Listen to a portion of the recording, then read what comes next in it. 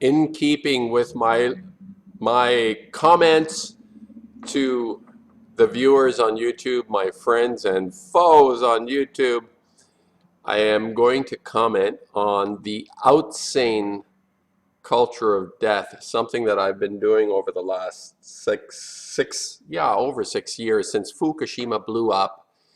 And I'm going to comment on the outsane nature of the culture that we live in. And this is a capture of a video from RT, a person that is a front man for our culture of death. It's interesting. I mean, I'm not going to, this is not a comment on the people that are challenged in life, but this is the poster child of challenge, Stephen Hawking, who is representing our culture of death from the scientific side, the people that represent the culture, the defenders of everything that hasn't worked. And I'm just going to run this and I'm going to comment. Let's have a look. I am very pleased to be here today at the announcement of this year's Starbucks. I am aware there is a good deal of speculation in the media at the moment regarding my prediction of our time left on this earth. I'll stop it here. Media speculation on our time left on this earth. Okay, so I'm just going to tell you my response to this. This is a setup. This is a setup using a person that we're supposed to feel sorry for. And he's the poster child of the culture that has actually undermined and taken the field, the science types that have gotten it wrong. I mean, if you look around and you look at the pollution, the toxicities, the inventions that this culture, this science bunch has given us, it's destroyed everything, and now he's giving us the solution, that is to kiss our ass goodbye or go somewhere else. Well, people, I'm sorry to break this to you, but there is no other place to go than what we have. There is no other place. Why do you believe someone like this who says there's another place to go? We have no evidence, proof of any of their theories. Gravity, big bangs like this guy, Mr. Big Bang, dark matter, holes, what is that? The holes everything gets sucked into. This is all speculation. So we're going to believe somebody who is the originator or the propagator, not the originator, the propagator of all these fairy tales, that there is somewhere else that we can go. No, no, no. There is no other place. We got to make this work. So he's saying speculation in the media of, well, it's a setup.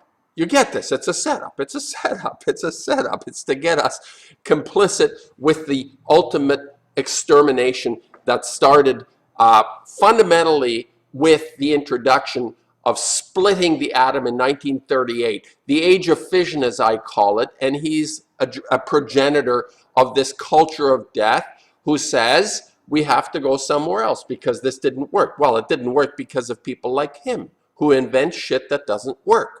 What else does he have to say?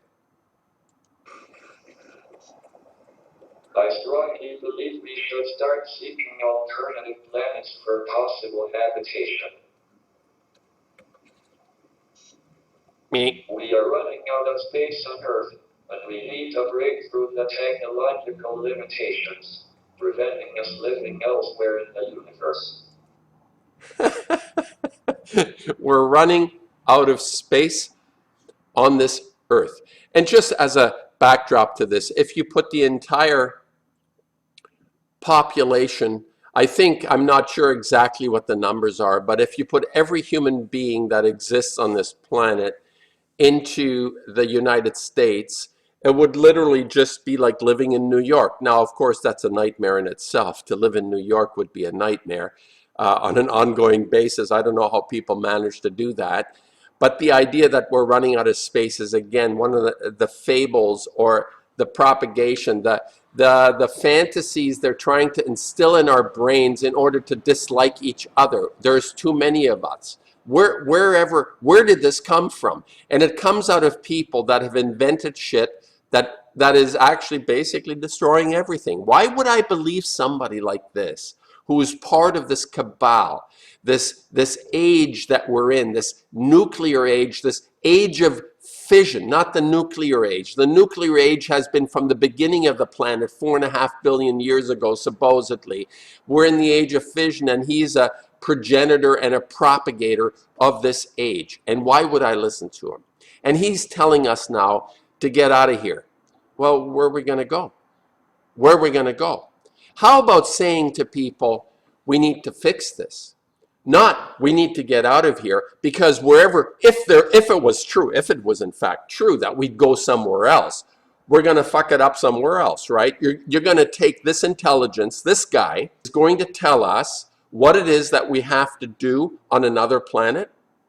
I mean, I'm not sure the outrage I feel in this kind of subversion is so extraordinary. I mean, to say to us, let's get out of here. It didn't work here. Let's make it work somewhere else. So do you see where I'm getting at? And he says there's been a lot of preoccupation in the media among people to get out of here. No, there isn't. No, there isn't a preoccupation with getting out of here, because we know there's nowhere to go. We all know there is nowhere to go. This is what we've got. And the previous video I did on the spiritual type who said, let's gather up the clan, get out of here and never come back. This is the problem. And I see it not only on the spiritual side of things, I see it primarily actually with these types and all his clan, who are trying to put this worm in our brain to dislike and hate each other. Because if we have to leave here because there's too many of us, we obviously all hate each other. Do you see the logic? I mean, I just had a conversation with a friend, and he has epic plans for changing something in the world. He wants to contribute to being someone who helps making the world a better place, and he's got a building, and he's going to renovate, and he's going to bring in holistic medicines and naturopathy and foods that are organic and all of this, which is brilliant, which is fabulous. And I said, the first step towards making a difference right here, right now, is to be a better person. And a better person in the sense that you let the goodness, you're a good person. So just be a good person every day a little bit more. That's how it works, people. That's how it works. It's not science like they're trying to put in front of us, like this guy. It's got nothing to do with what this guy represents. We need to be a better person every day. And waking people up is a moot point, because people know. We don't need to wake people up. People all know already. It's making that choice. What I keep pounding at, the idea that you can be a good person. And good people do the right thing. And if you fuck up and you do the wrong thing, you're going to set it right. You're going to fix it. You're going to do the right thing. So just because we make mistakes doesn't mean everything is lost. Like this guy says, I've made a mistake. I've made some really bad choices. Well, you can fix it. Stephen Hawking, you can fix it if you want, but you don't want to fix it. No, you don't want to fix it.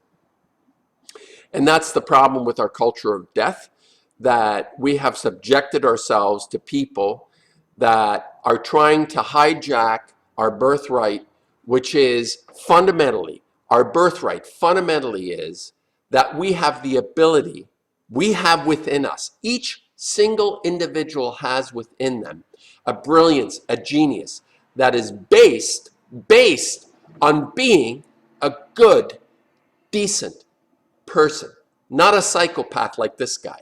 This guy is a psychopath. He's one of those people that is sold out into this syndicate, into this criminal psychopathic bunch. We actually have it within us, people, not to follow people like this. We can do this. We can still do this. We don't have to kiss off on 8 million species because we're fuck-ups. We're not fuck-ups. We just have decided not to work our goodness, on that part of us, which will fix things, which if you make a mistake, you fix it. If I have a fight with someone and I was wrong, I set it right. I do something that actually makes it right. Not just say, okay, I'm going to kiss off on her. I fucked up, I'm going to kiss off. No, I don't care. You want to hear some more of this guy? I am not alone in this view, and many of my colleagues will make further comments on this h.thomas next month. We have a very strong lineup of speakers, and it promises to be another extraordinary festival. Oh, okay. He's got some sort of a meeting somewhere there. Anyway, that was my point. I just thought I'd put it out there again, and all the people that are out there thinking they're waking anybody up, you're not waking anybody up. You'll never wake anybody up because everybody knows already. It's just a question of whether people decide to do the right thing or not. That's all it is. So, I mean, I'm not discouraging anyone from picking their fight and trying to alter the direction that we're going in, but it's very simply, I mean, well, how much simply can I say it? It's start doing the right thing every day in our day-to-day lives. That's how it works.